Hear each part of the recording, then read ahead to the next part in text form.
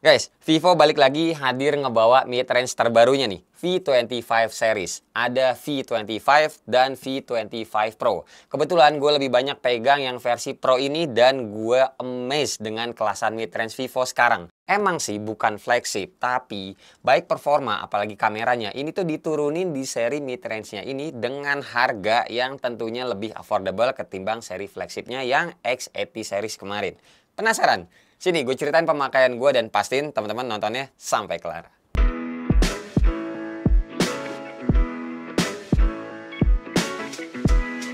Hai semua, gua Wasa. Kita mulai bahas dikit dari boxnya. Ini semua nuansanya tuh sekarang warna silver ya, dengan tulisan tipe produknya. Selain mendukung 5G pastinya karena ada tulisannya juga di samping, dan unit yang gue pegang ini RAM sama storage-nya gede banget, 12 GB dan 256 GB. RAM-nya juga bisa di-expand lagi dengan fitur 12 plus 8 GB extended RAM. Warna yang gue pegang ini namanya Surfing Blue. Ada juga satu lagi warnanya Starlight Black.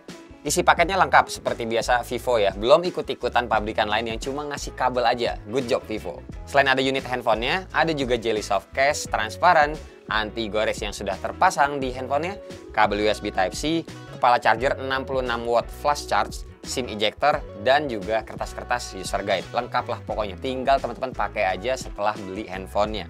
Handphonenya ini enak digenggamnya, soalnya tuh ukurannya pas di tangan gua. Layarnya AMOLED 6,56 inch dengan 3D curve design. Resolusinya Full HD Plus 120Hz refresh rate-nya yang disebut sama Vivo, ini adalah Ultra Vision Screen dan mendukung HDR10+. Ini layar pokoknya temen-temen ya, kalau ngajak nonton seharian bagus bener dah ini. Serta fingerprintnya juga pastinya di dalam layar. Di sebelah atas ada mic dan tulisan profesional fotografi. Di sebelah kanan ada tombol volume dan power. Di sebelah kiri nggak ada apa-apa. Dan di bawah ada slot SIM card yang bisa nampung 2 nano SIM aja. Mic lagi, port Type-C, dan speaker yang masih single. Walaupun single, tapi ini suara speakernya tuh lantang banget. Gue udah nyobain sampai volume maksimal juga nggak pecah suaranya. Lanjut ke bagian backdoornya, ini pakai material color changing glass. Dan yang gue pegang ini bisa berubah warna kalau kena sinar UV ataupun kena sinar matahari. Kalau yang hitamnya nggak bisa. But anyway, backdoornya ini udah anti scratch, anti goresan gitu ya, dan anti fingerprint juga. Jadi tetap bersih kelihatannya kalau dipakai sehari-hari. Cakep lah ini pokoknya. Lanjut ke performanya, ini kita dikasih chipset MediaTek Dimensity 1300. Nah, ini pengalaman gue dulu pakai handphone yang chipsetnya sama, ini tuh oke banget loh prosesornya. Baik dari sisi performa, suhu, sampai ke daya tahan baterainya. Soalnya MediaTek 1300 ini tuh chipsetnya ngalah-ngalahin Snapdragon 778G yang kita tahu chipset tertingginya Qualcomm saat ini untuk di kelas mid-range-nya.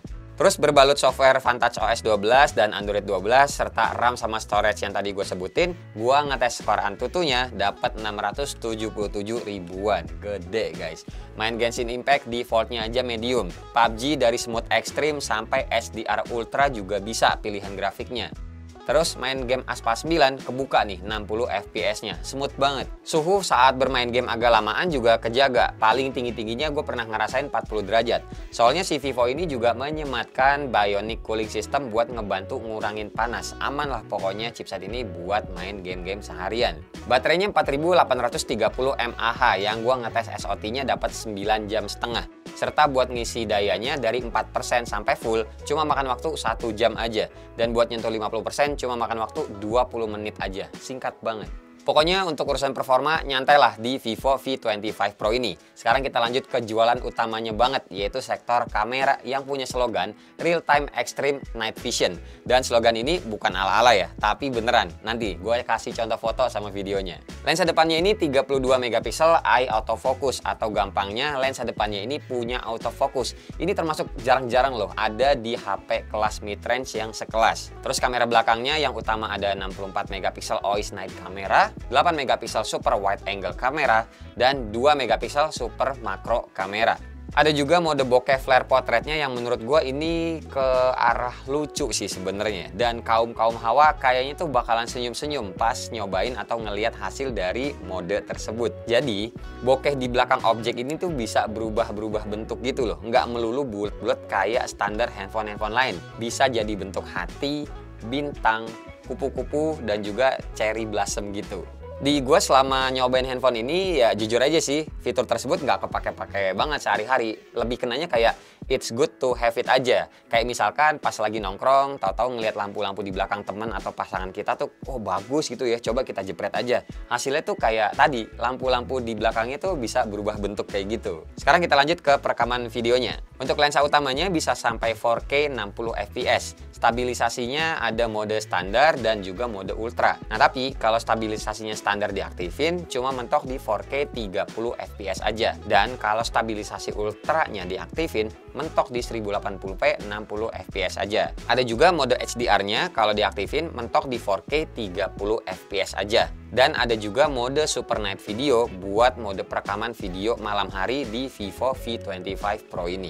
Oke, ini contoh video yang night mode-nya ini masih dinonaktifkan. Habis ini kita coba yang night mode-nya dinyalain. Nah, yang ini super night mode-nya diaktifkan. Jadi kelihatan banget lebih terang ya.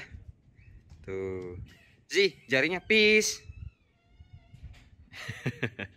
Terus ini juga ada ya mode kamera baru di Vivo V25 Pro dan menurut gue seru, yaitu Vlog Movie.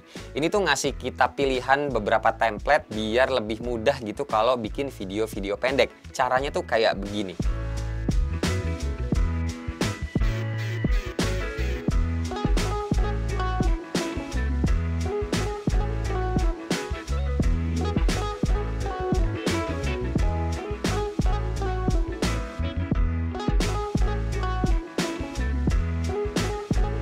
Kemudian buat lensa depannya untuk sektor video ini mentok di 1080p 60 fps aja dan ada fitur steady face. Tapi kalau fitur ini diaktifin mentoknya di 1080p 30 fps aja.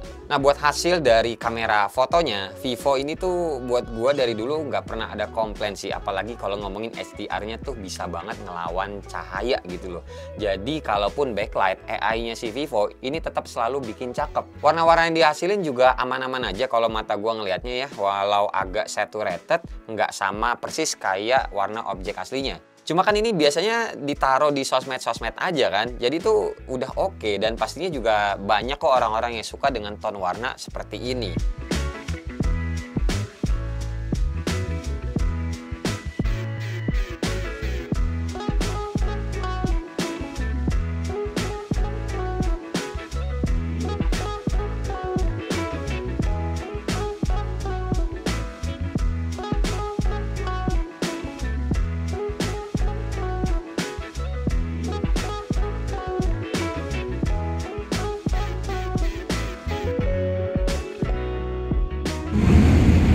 Ini contoh video 4K 60 fps.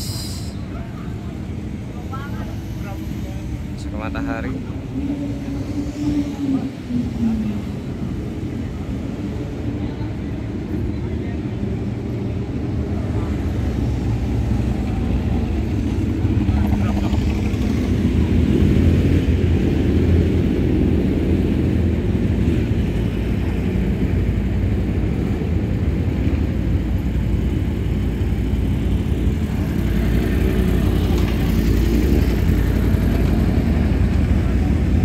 Terus untuk perekaman video kamera depannya bisa di 1080p 60 fps seperti ini.